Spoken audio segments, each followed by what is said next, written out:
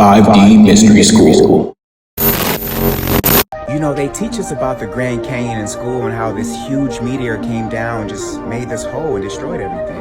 But now that you're older and you realize that a lot of the stuff you were taught in school is a lie, does the Grand Canyon really sit right with your soul? You really believe this huge meteor came down, first of all, had to get past the firmament, and just made this huge hole in Earth? Nah. You see, you don't have to accept the history that they teach you in school. Schools are indoctrination systems. Now, what if there were important artifacts in the Grand Canyon that would actually go against the history that they conditioned us to believe? Found pyramids on every single continent, but you want us to believe that there were no pyramids here in the United States? Bruh. Welcome to the Free Thinking Society, better known as 5D Mystery School. Please join me as we dive deeper into this lecture that I'm going to name Hidden History. Let's get it. Welcome back to 5D Mystery School. So we all know that they teach us in school that in 332 BC, Alexander the Great came and defeated Egypt. They conquered Egypt. Fact. You can go and look at the old Egyptian drawings and it will show you clear as day that they were dark-skinned. Fact. Egyptians that you see today in Egypt are not actually the original Egyptians. They are mostly Persians and Greeks. I'm gonna make some people upset with that one. So, this pegs the question. Where did they go? Where did the Egyptians go? Now, historically, it has been proven that Egyptians were very skilled boat makers. So you mean to tell me that they never attempted to make a voyage to America? And if they did make a voyage here to America, is there any evidence that they were here?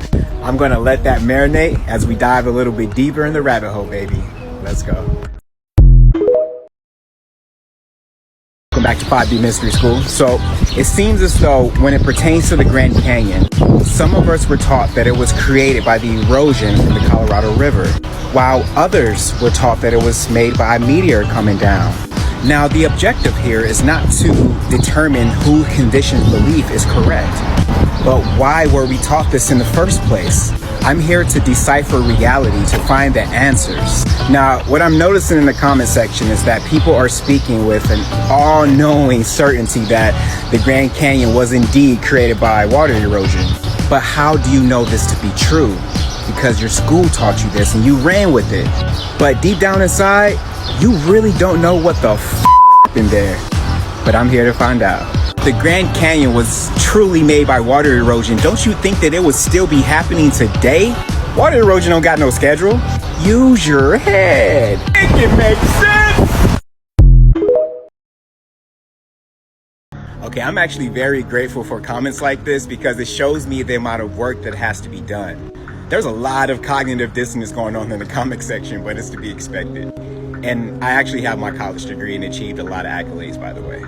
So judging by all the comments, I see that I have to start slow. Now, kids, use your logic. Think about this. Can the Colorado River really make an erosion the size of the Grand Canyon? It's not possible. But don't take my word for it. Ask a geologist. Jesus. But listen, I'm not gonna be the one to tell you guys that Santa Claus ain't real. We're not going there. I wanna pause and read this, but your education system was actually built by Rockefeller intentionally to keep you dumbed down. So the only reason that you think that the Grand Canyon was made by erosion is because you were taught that. Other than that, you actually don't know. Truth seekers like myself are often ridiculed by average thinkers who tend to hold on to conditioned beliefs. Make it make sense.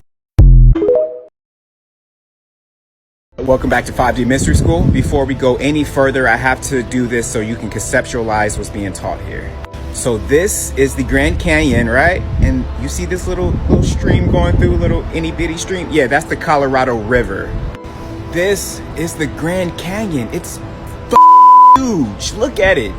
And this is just a small portion of it. So you want to believe that that little itty bitty stream can carve out these rocks that is not even touching? Guys, think about this, please. I'm worried about you. I know that you were taught this, but is it possible? Does it make sense to you now that you think about it? Make it make sense!